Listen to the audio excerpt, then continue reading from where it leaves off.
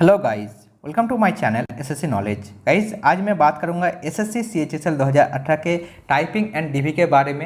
यहाँ पर एक कॉल रिकॉर्डिंग सुनाऊंगा जिससे सुनते हुए आपको गुस्सा आ सकता है, क्योंकि मुझे खुद गुस्सा आ रहा है।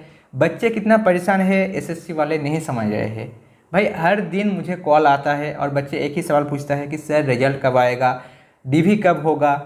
टाइपिंग का रिजल्ट आने के बाद मतलब 30 जून को रिजल्ट फाइनल रिजल्ट आएगा या नहीं, और मैं बोल बोल के थक गया हूँ कि भाई एक हफ्ता और वेट कर लो, 10 दिन और वेट कर लो।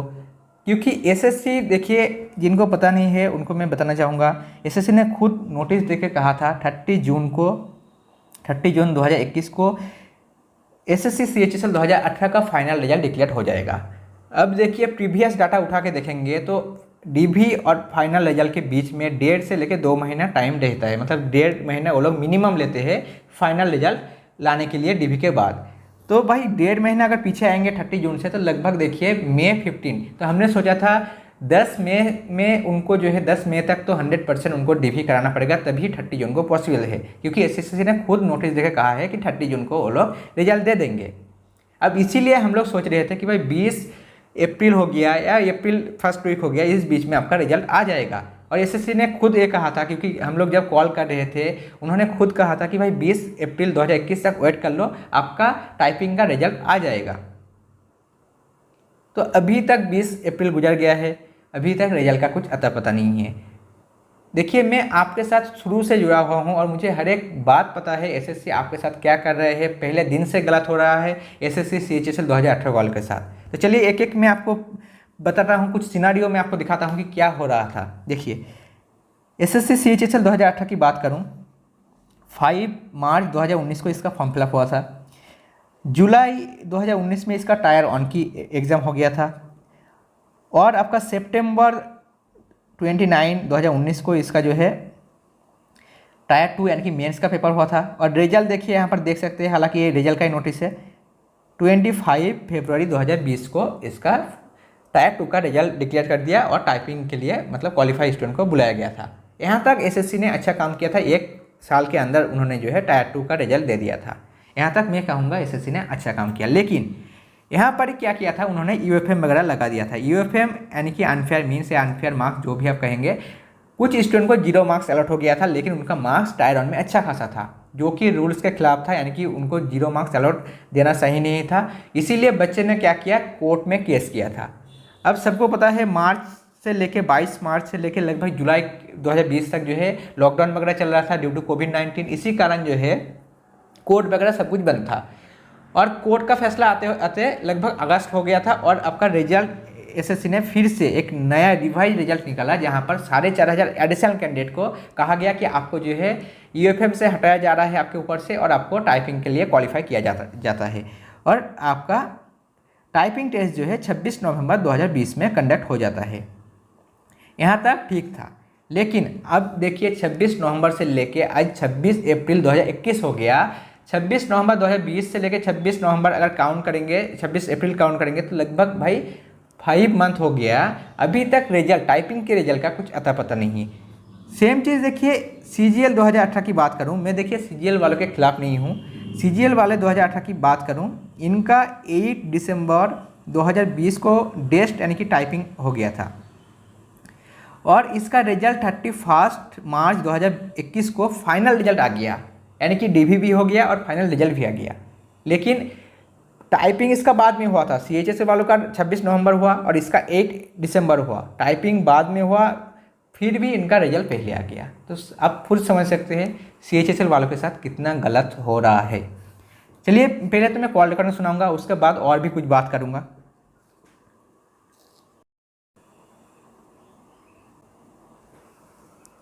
आएगा सर, कितना वेट करें, 5 मंथ हो गए, 6वां मंथ लगने वाला है, आप रिजल्ट डिक्लेयर नहीं कर रहे। कभी बोलते हो जनवरी में, फरवरी आएगा, फरवरी मार्च आएगा, मार्च अप्रैल, अब अप्रैल भी निकल गया। कब तक आएगा सर? आपने बोला था अप्रैल के लास्ट वीक तक तो आ जाएगा। उम्मीद तो थी भाई, रिजल्ट में काम भी चल रहा था, लेकिन अब आप ये बताइए कोरोना कब बंद होगा? सर कोरोना को तो हमें क्या बंद, सर इसके साथ तो जीना ही है, ये थोड़ी है ये नहीं चलता रहेगा तो रिजल्ट आएगा ही नहीं। कंपनियां तो काम नहीं करेंगी ना इस पे। लेकिन सर गवर्नमेंट जो है कार्यालय वो तो खुले हुए हैं ना।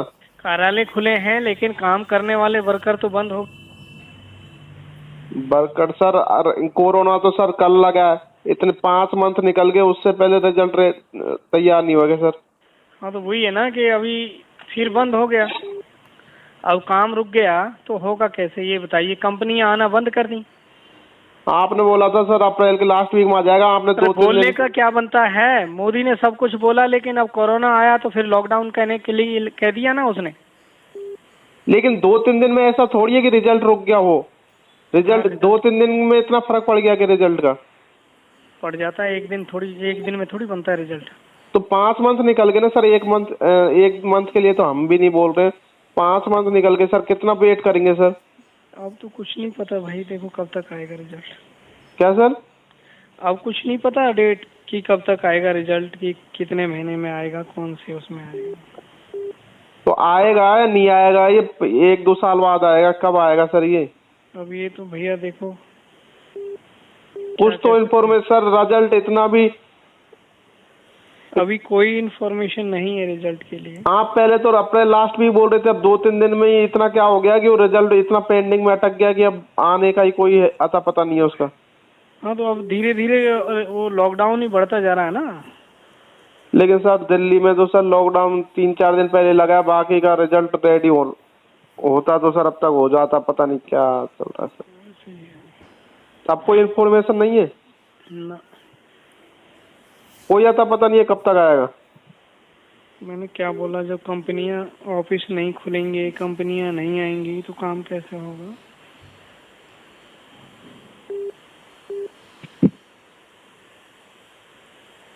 तो सर कुछ तो पता होगा कि 15 मई तक आएगा, या तो फिर हमारा डीबी भी नहीं हो रहा है ना, हमारा फाइनल रिजल्ट आएगा, ऐसे तो कुछ नहीं होगा सर।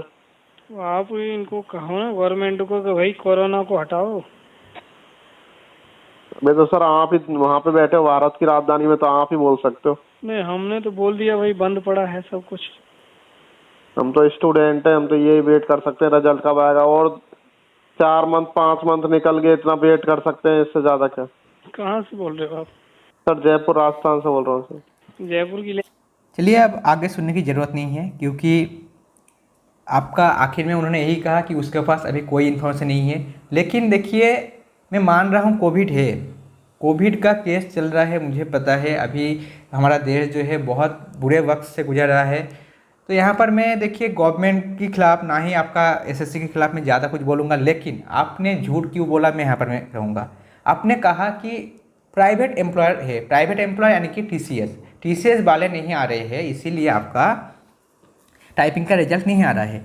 भाई आप किसको बेवकूफ़ बना रहे हो? टीसीएस जो है वर्क फ्रॉम होम कर रहे हैं।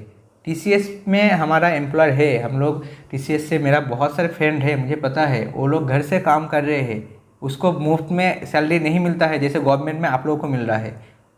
तो उसको सैलरी लेने के लिए उसको काम करना पड़ रहा है। तो आप यहाँ पर बेवकूफ़ मत बनाओ, टीसीएस को जो है यहाँ पर जिम्मेदार मत ठहराओ कि भाई उसका गलती है इसीलिए आपका रिजल्ट नहीं आ रहा है।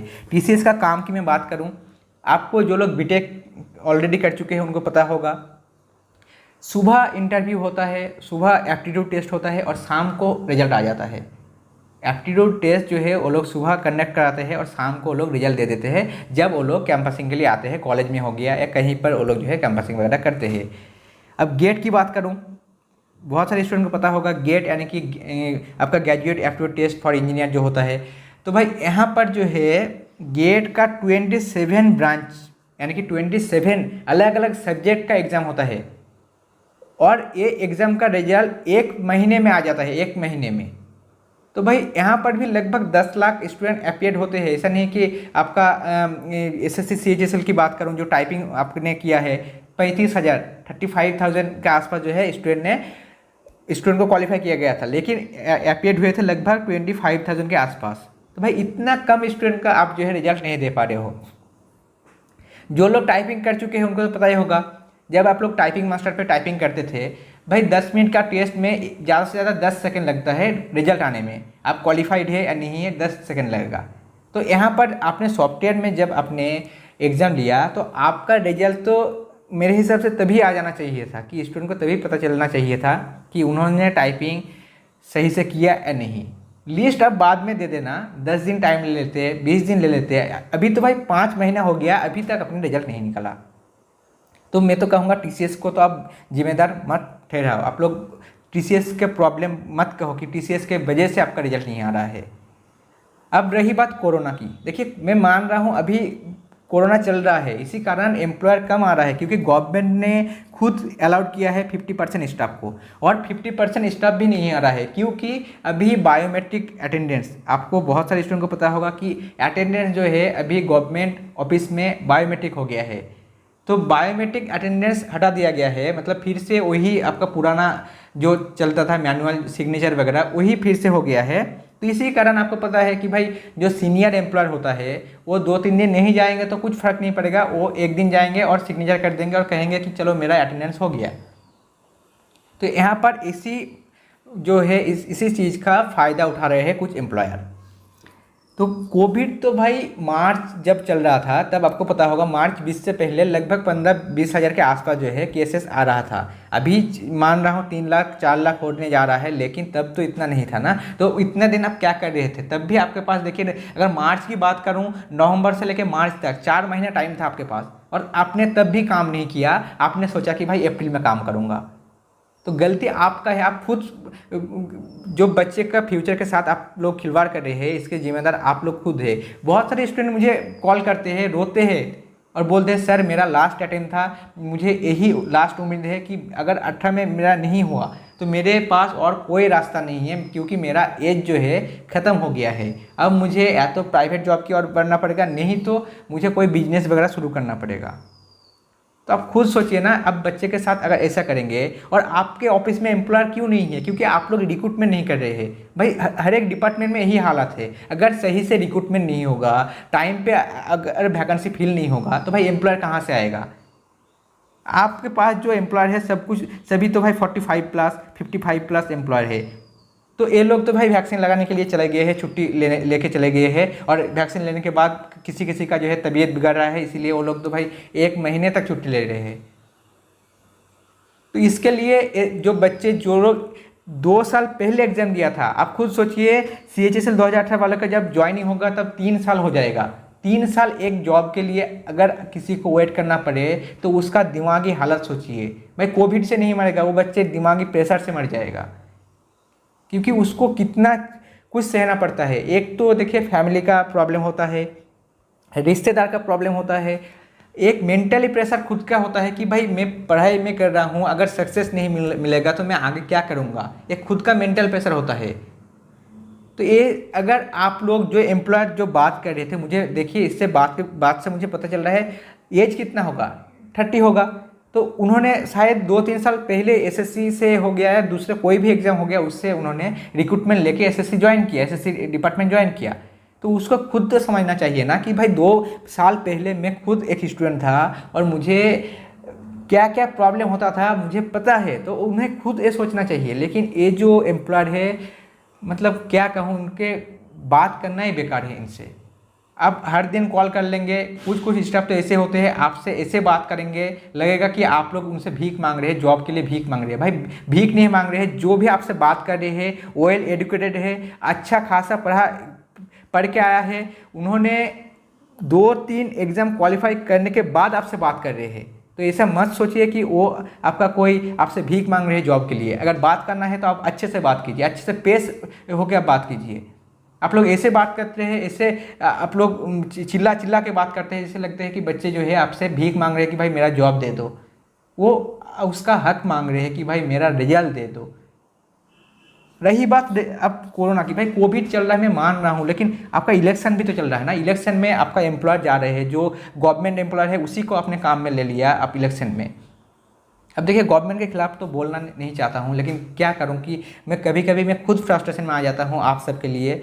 आप सबका जो प्रॉब्लम है मुझे लगता है कि मेरा भी प्रॉब्लम है, क्योंकि आप लोग जो भी प्रॉब्लम मुझे शेयर करते हैं, मुझे जब मैं सोचता हूँ इस बारे में मुझे खुद गुस्सा आता है कि मैं आपको क्या बोलूँ, मैं खुद में कुछ नहीं कर सकता हूँ।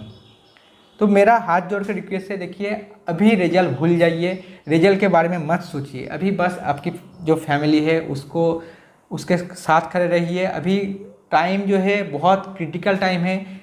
हाथ जोड़ के रिक्वेस्ट करूँगा जितना हो सके घर पे रहिए। और हाँ, ऐसा नहीं कि घर पे रहने के बाद सिर्फ और सिर्फ आप एक ही बात सोचें कि भाई मेरा फ्यूचर के साथ क्या होगा, मेरा रिजल्ट कब आएगा, क्योंकि आप इस सिस्टम से आप लोग जो है जितना जल्दी आप सोचेंगे कि भाई रिजल्ट जो है लगभग जुलाई अगस्त आप मान के चलिए, क्योंकि मई मंथ में भी कोई उम्मीद नहीं है। अगर मई मंथ में टाइपिंग का रिजल्ट आ भी जाता है तब भी डीवी नहीं होगा, डीवी अभी वो लोग नहीं कराएंगे।